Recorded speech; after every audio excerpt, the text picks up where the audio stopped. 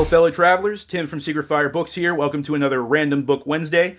This week's random book is The Element Encyclopedia of Magical Creatures. This is one book in a series of encyclopedias written by John and Caitlin Matthews on various subjects pertaining to the supernatural and the occult. And now when I was in my tween years, somewhere between the ages of 10 and 13, I was absolutely obsessed with mythology and folklore. I loved learning about mythological figures and the gods from real-world mythologies. I still do to this day, but particularly back then, I was obsessed. And so this book has been in my collection ever since. I still dabble in it every now and again. And I'd say it's a really good resource for writers. If you're looking for inspiration for new stories, new entities and monsters to interject into your stories, I'd say this book makes a really, really good source of inspiration.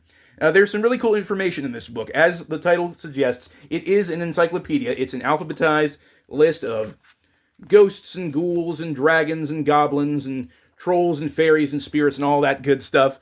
I will say it's not a completely perfect, comprehensive list. There are quite a few mythological beings and monsters that I know about that don't have entries in this book. For example, the Dullahan is a prominent, malevolent spiritual being in Celtic folklore.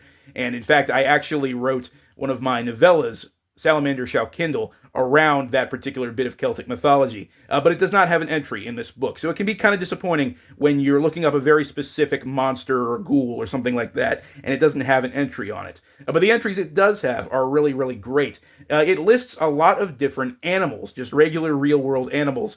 And those are usually the biggest entries in the book because they kind of compare and contrast how different animals are represented in mythologies from around the world. So a raven, for example, might mean one thing in Norse mythology, but it could represent something completely different in the folklore of the Native American tribesmen.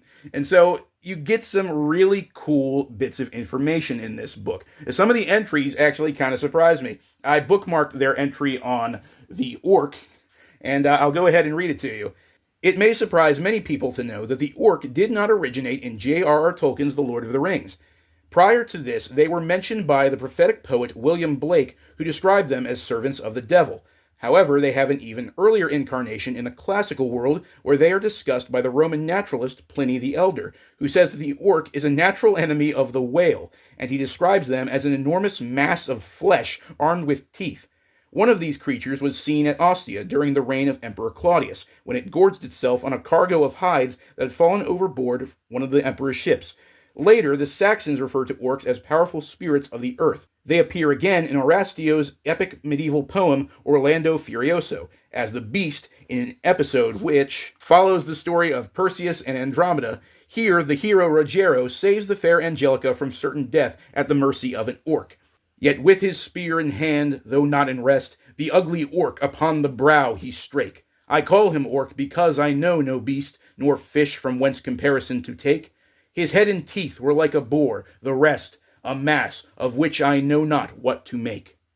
So yeah, I don't know how easy it is to still find a copy of this book, but I would highly recommend it to anyone interested in folklore and mythology, especially, like I said, to other writers who are looking for some inspiration. But that's all for now, guys. I hope you'll join me for the next episode of Random Book Wednesday. Until then, as always, farewell and keep reading.